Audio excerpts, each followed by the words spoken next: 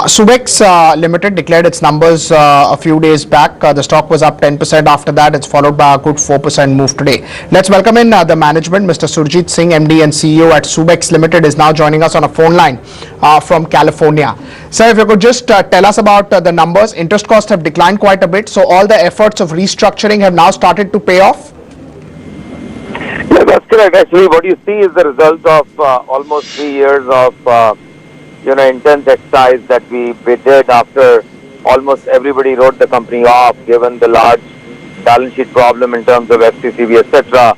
And so what we did was that we basically attacked the problem at two levels. One, at the operating level, we restructured the business, managed the costs, brought the business back to profitability, and as you can see, the numbers are at 25% EBITDA with long-term contracts of almost $140 million in closed book of business, and also worked with both regulators and also with working capital lenders to restructure the balance sheet at a level where it could live with all the stakeholders. So you see now the interest costs coming down from 18% to almost like 7-8%.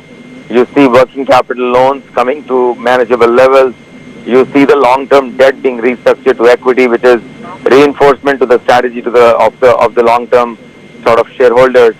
So all in all, I think we are at a point now that everything that we did over the last 3 years, both operationally and structurally, is reflected in what you see as, in my view, a turning point and a start of Subex 2.0, where what we do and where we go from here is more important, because what you do to get till here is going to be different, and that is what we are focused now.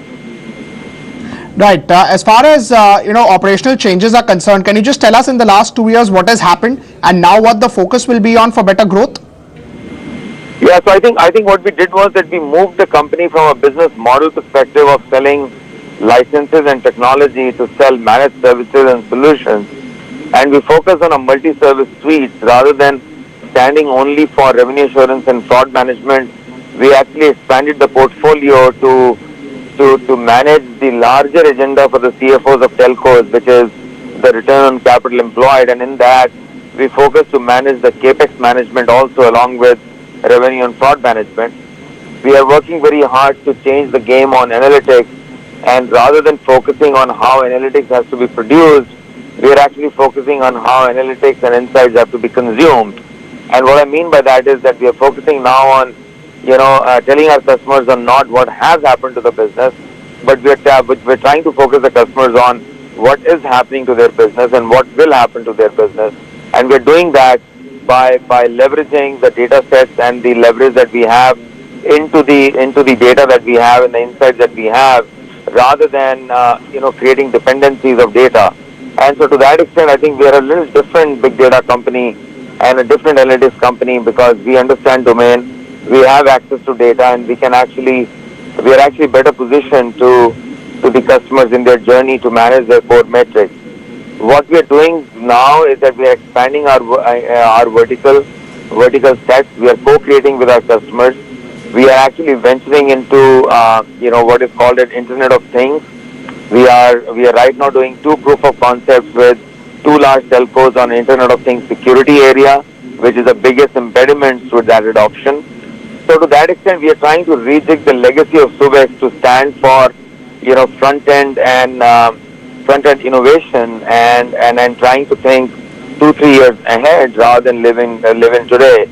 I think Subex was created in an era where everybody else besides Subex was doing services, and Subex was created to do intellectual property breakthrough as a product company. We are trying to reinvent that whole wheel, and we are trying to now create intellectual property platform-driven solutions and create managed services for our solutions to create newer businesses and drive new business solutions for our customers. That's what we are trying to do here, and we're trying to leverage the niche and the size of Subex being small but nimble and focused and differentiated to create differentiation in the marketplace. Right. So if you could also just talk to us about your market share, the clients that you have. So once a client comes to Subex, there is some sort of stickability of that client. So once you acquire a client, it keeps contributing to growth. 75% of global telcos are Subex's clients, and that speaks a lot, number one. Number two, we are concentrated around revenue assurance and fraud management to global majors. We are now trying to become more than that. We are trying to be partners in their digital transformation story. We are trying to not compete with everybody and anybody, but we are trying to be partner of choice in areas that we can potentially be exclusive. And I think there are lots of areas, including the fraud management, revenue assurance, and also digital transformation of customer experience transformation to our customers. And that's what we're trying to do. Right. As far as changes are concerned in terms of, the company is, of course, now different versus what it was last year. But now the focus will be on margins, will be on low cost of interest. That is something which will now be one of the key strategies while growing.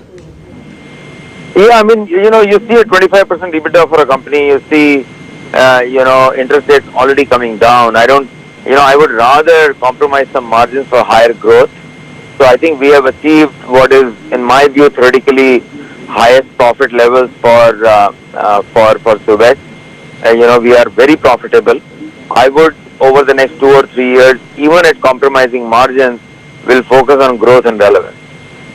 Okay, sir. Thank you. Right. Just a word on FY18. The base effect is still low, and that's why numbers even in 18-19 should look good.